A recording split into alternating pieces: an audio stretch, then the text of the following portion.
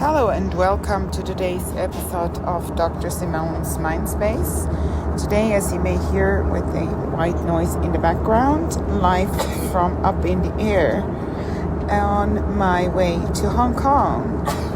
Today's a first of another series on women's health, and the topic will be lifespan development of a modern woman. In today's society, women's roles have shifted.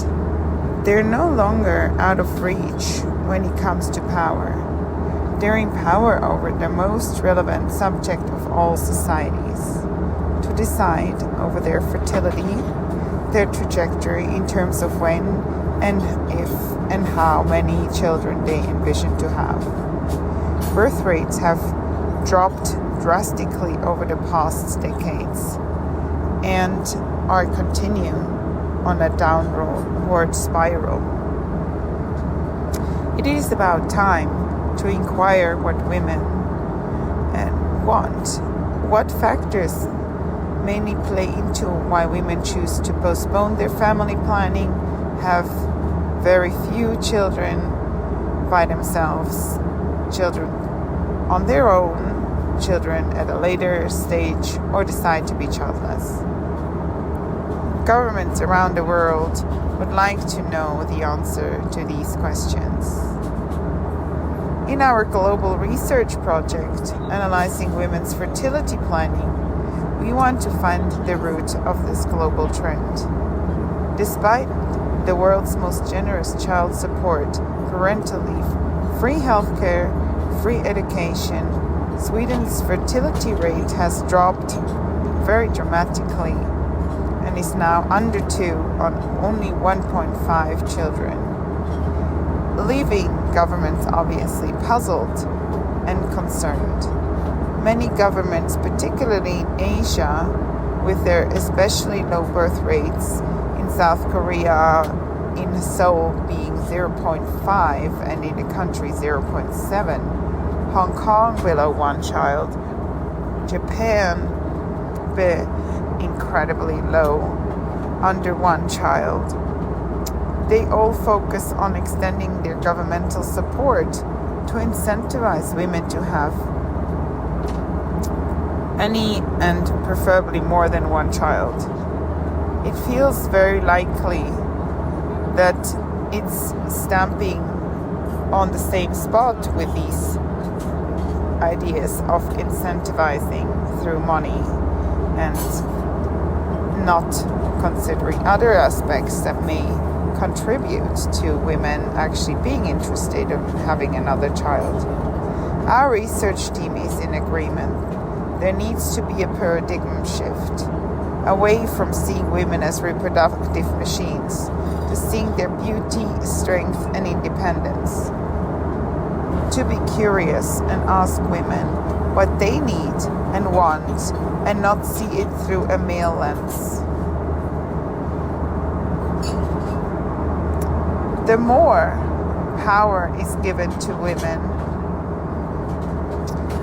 the more engaged they are in shaping their and their potential future children's life.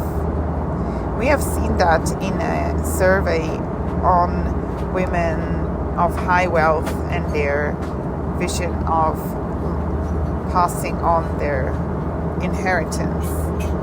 Even my grandma has considered that. She has thought not only about her children, but about her grandchildren and her great-grandchildren. So her great-grandchildren will be better off in the future.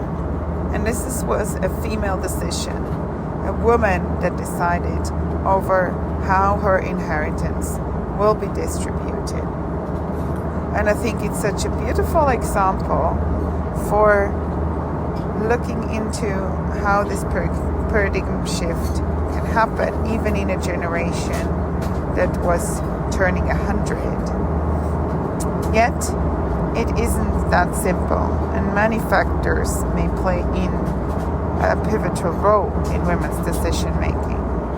Finding the keys is essential for multiple reasons, yet to be explored, understood, with curiosity and an openness and willingness to collaborate with women and their individual organizations.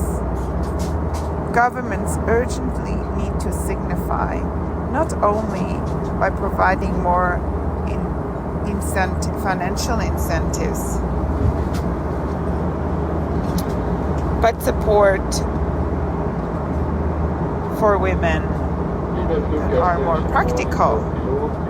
As you may hear in the background, we're about to get soon ready to Hong Kong. So I'll let you hear a little bit of up in the air announcements. And then I will continue with the most important message to governments.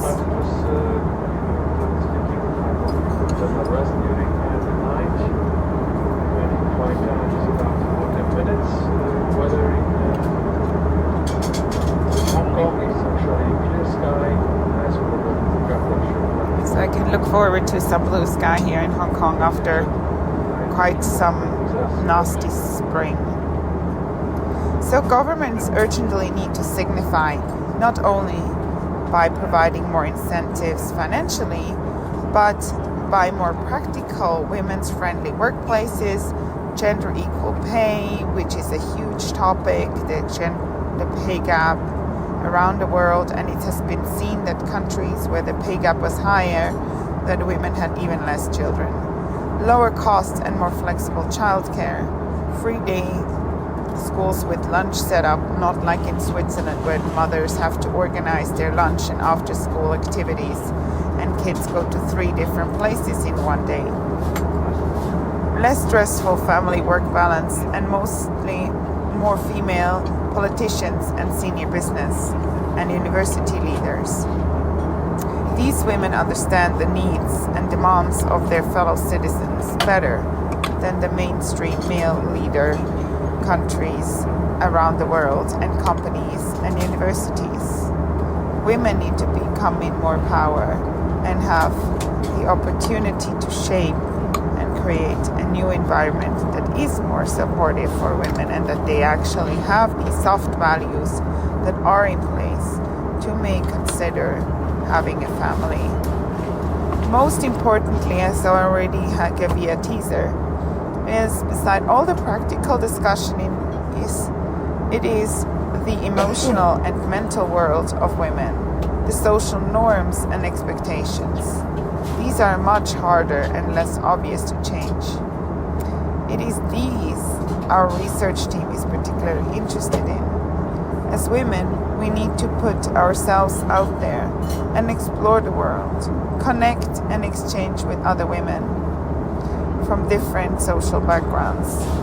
These exchanges provoke reflection and potential change of old norms. That is exactly what I'm doing right now.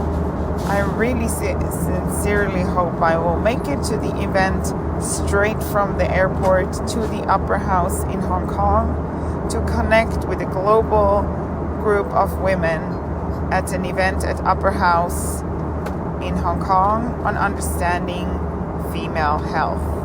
Stay tuned. I will certainly share some information of this very interesting presentation I'm about to go and listen to. So thank you so much for listening from up here in the air, about to arrive in beautiful Hong Kong, and to be continued this lifespan trajectory on women's health. Thank you and have a good day. Bye.